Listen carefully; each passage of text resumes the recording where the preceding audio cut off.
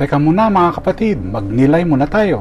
Sa Ebanghelyo ngayon, nagpakita si Jesus sa kanyang mga alagad pagkatapos ng kanyang muling pagkabuhay.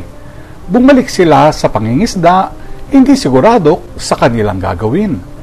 Ngunit tinawag silang muli ni Jesus.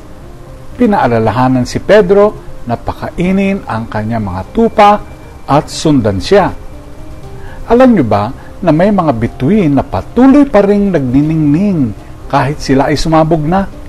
Kapag pumutok ang isang bituin sa isang supernova, ang nalalabi nitong enerhiya ay maaari magpatuloy sa pagpapalabas ng liwanag sa loob ng libo-libong taon.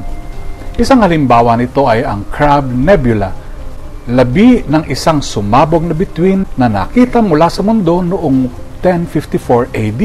Kahit wala na ang mismong bituin, ang liwanag nito ay patuloy pa ring lumalaganap sa kalawakan.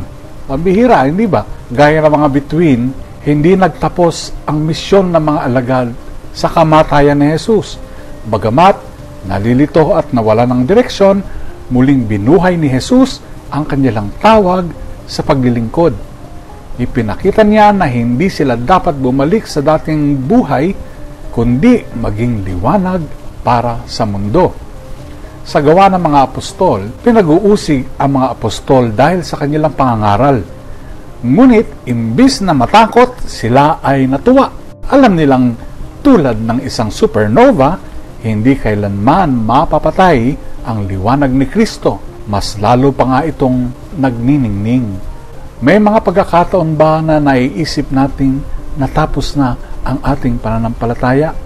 Ipinapaalala sa atin ni Jesus na kahit sa kabila ng ating paghihirap, ang kanyang liwanag sa atin ay hindi kailanman mamamatay.